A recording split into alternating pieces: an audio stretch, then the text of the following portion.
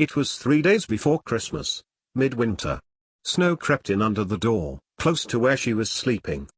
It had been 3 nights since Gregor and True had come to her, but nothing had changed. She looked out at the pink-orange sky. The glow of the morning sun through ice crystals promised a cold day, and a sprinkling of frost covered the courtyard.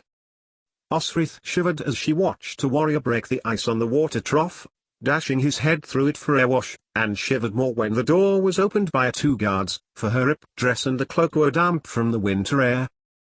They rapped on the metal with a sword, and Osrith realized Eric still slept. He walked past Osrith with his now usual greeting of, "God Morgen," and Osrith greeted him the same way.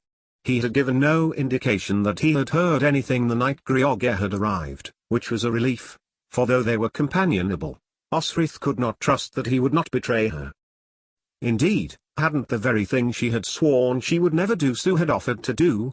No matter that it was a ruse to attempt an escape. No. Best that Eric Thurgilson, the hostage Northman, did not know of her plan. Which was very awkward that night.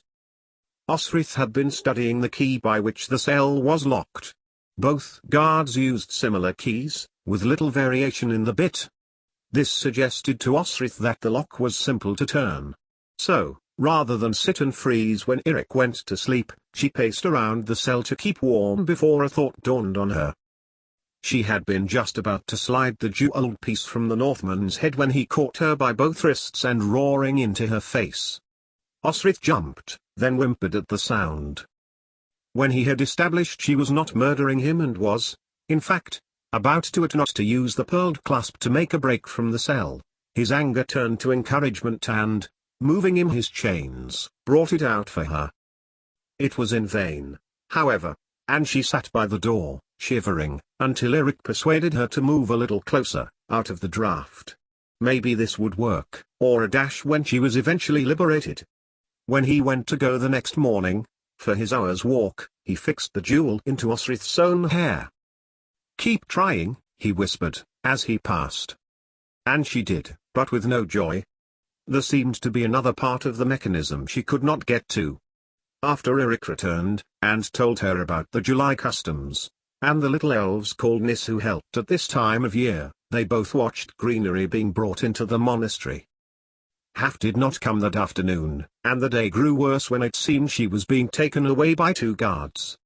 She kept looking across to where Osrith was looking, the cell, and it looked as if she was crying. She felt a pang of sadness at being unable to help her. When Eric's guards brought his food, Osrith asked after Half. "Heathen witchcraft," one said. "Midwinter magic. The abbot's orders. She is being expelled from the citadel." Osrith watched the guards leave, dumbfounded, and that night, even more determined to escape. When Eric was asleep, exuding big sighs of slumber, she moved to the gate and began to feel the lock again with the clip. By pushing it in, and then out, she could feel movement in the mechanism. A shadow passed over the waning gibbous moon, and Osrith froze, withdrawing back into the shadows. It was nothing, she reasoned after she neither heard nor saw anything else. And, to her joy, one click more meant the gate swung free. Withdrawing the jewel, she pushed it into her hair, then turned the handle of the door. It swung back and Osrith was out into part of the stable yard. But the outer gate was still locked. A footstep beyond and to the right made her stop again, before removing the clip and setting to work on this lock. Osrith's heart beat faster. She was nearly out. The servants had feasted and were long since to bed. To the kitchens first, she planned, get food, and clothing. Then the monastery, get wealth. Then, find Half. If she could. But flee north as soon as she was able. Another movement and the mechanism was yielding. But it was too late. Feet were approaching faster than she was able to get away from the outer gate, and Gregor saw her, the inner door swinging guiltily behind her.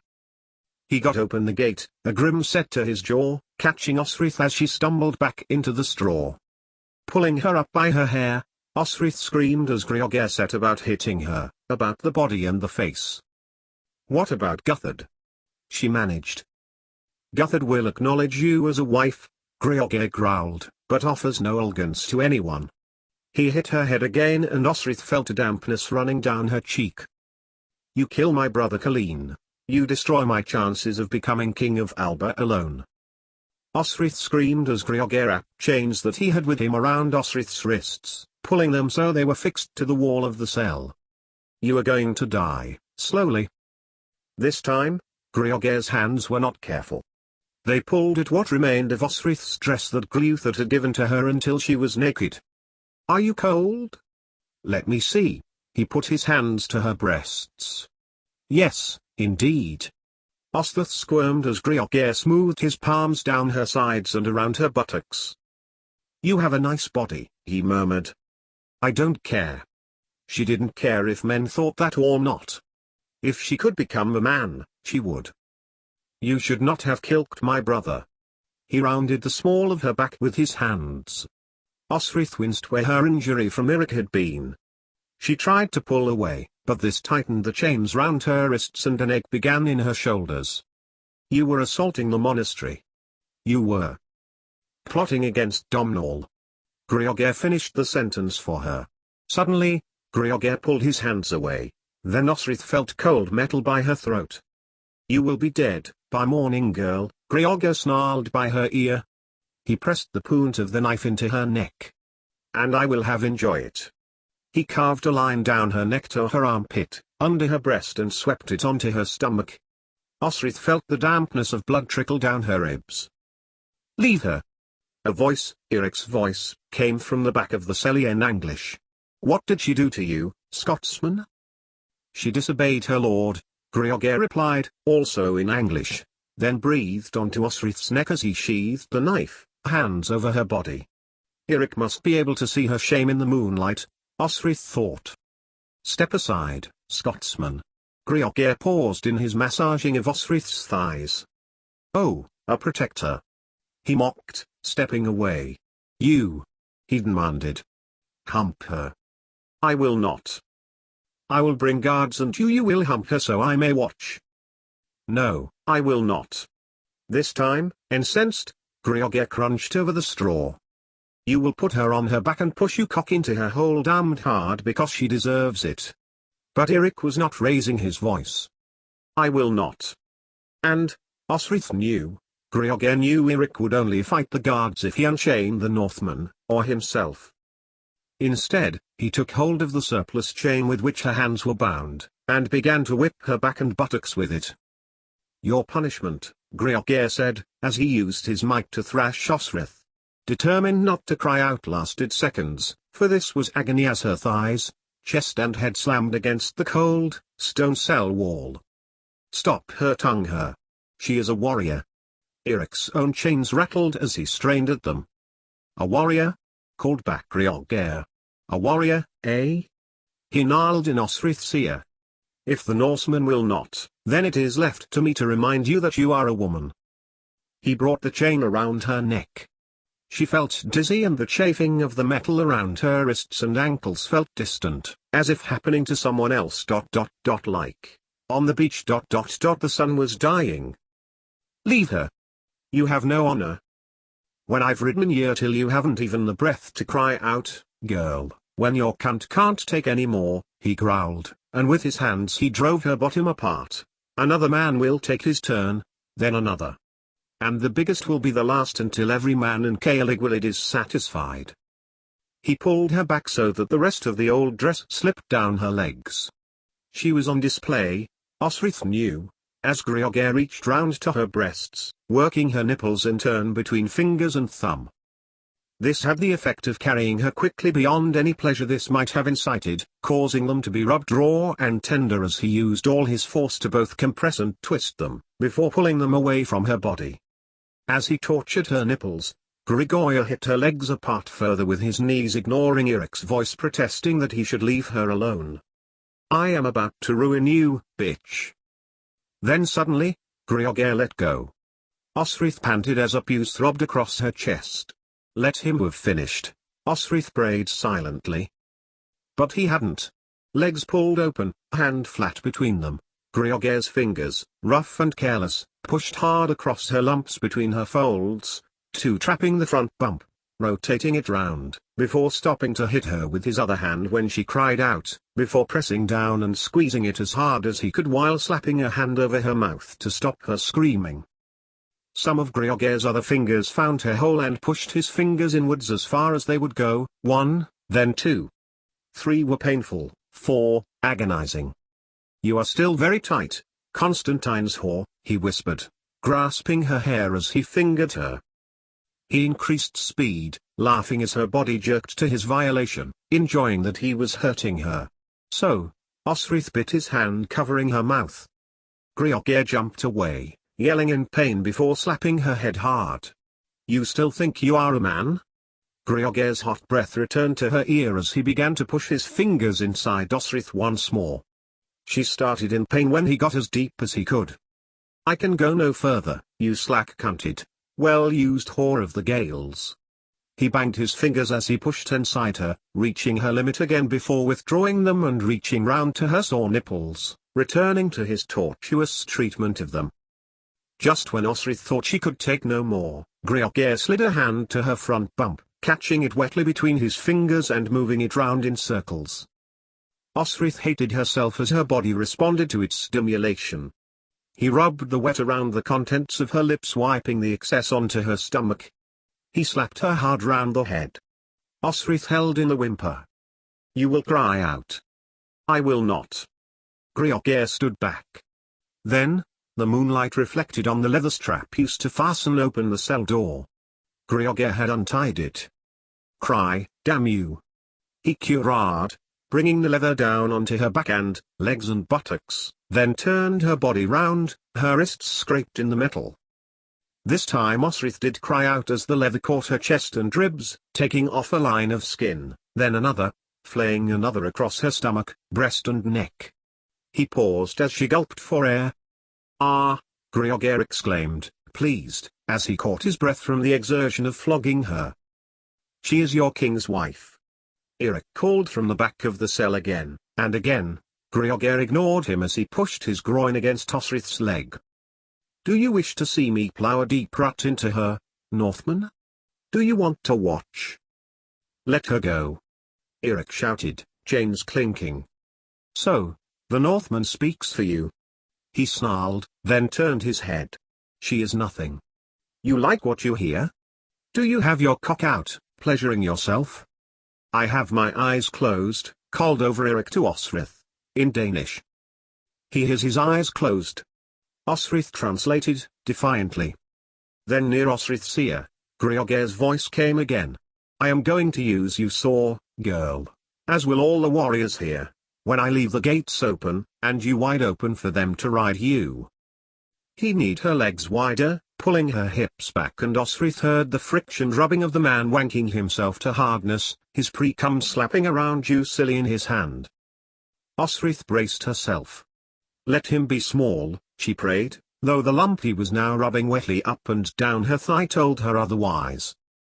And then, suddenly, Osrith felt him falling away from her. She braced herself for the onslaught. "Osrith." "Who is that?" asked Eric. "Be warned, I will kill you too." But, fast hands removed Osrith from her chains and she slowly staggered around. Into a face she knew. Osrith blinked several times, checking she wasn't imagining. Finno lay standing in front of her. "Come," he encouraged. "No," Eric protested. "I have a horse. I fed it on. Look, there's no time," Finolai said, and Osrith could only stare at him. "I am alive, thanks to you," he said. "I've been here since I got passage on a boat, from Tara." Finolai. But, he was dressed as a monk. He was a monk, here. Had he been watching her since she had arrived? "Come," Finolai encouraged. "I have your clothes, your sword." "How?" "No time, Osrith," he encouraged, the same Finolai she knew, poised to teach, sensible compassion. And, as Griogier began to stir, lethal. Osrith kicked him, hard, in the face with her unshod foot, not managing as hard as she would have liked, as her body ached from his abuse. She followed Finolai out of the cell, still barefoot, and Finolai flung a cloak over her shoulders. then stopped. "Get him out, too," Osrith implored, as Eric rattled his chains. Finoli paused for a moment. He was reluctant to stop, and Osrith knew why. People around the peripheries of the monastery and of the church were moving. Time was elemental if she were to escape. A minute later, and Eric was by her side, as they followed Finoli round to the stables. Just inside, tethered, a large beast was making hot vapors of steam by its nostrils. Osrith closed the stable door behind them, pulling Finoli close. "What happens, Osrith?" Eric asked, in Danish. "Who is he?" The question was too big, and Osrith answered it poorly. "A friend." She looked up to Finoli. "The best friend I ever had." And she wanted to tell Finoli everything. Her friend, who had cared for her, and had been kind to her, and had laughed with her, and had fled the Slavers because of her. Both betrayed, it would seem, by Domhnall. Eric seized her waist, moving towards the horse. But Osrith pulled away and drew Finoli to her. "You are my dearest friend," she whispered by Hydir. He held her close and whispered back, "You gave me life again." And then Osrith couldn't find the words. All that had happened since, in Arion, at Iona and Dund. A crash behind them drew them from their embrace. Finoli took up her hand and pressed silver into it. She pushed it away. "What I did, Finoli, I would have given to you 1,000 times."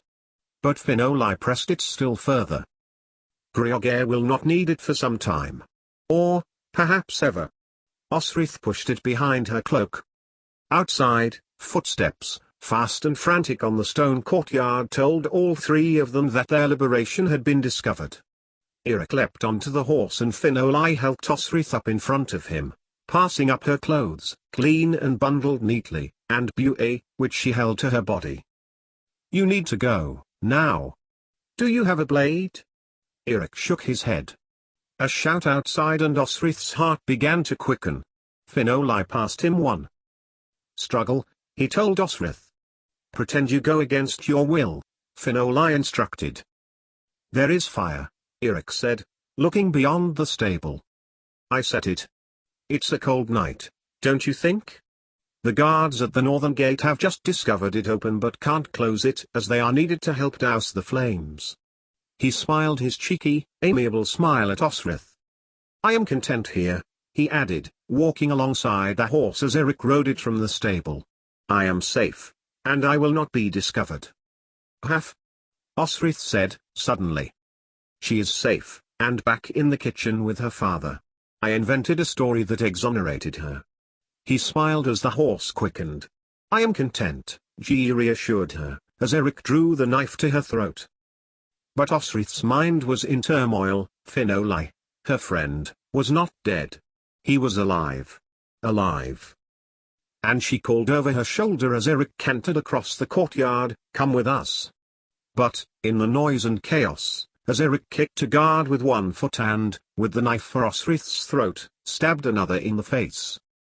Then, he rode with all his might towards the north gate as, around them, Caligwilid blazed.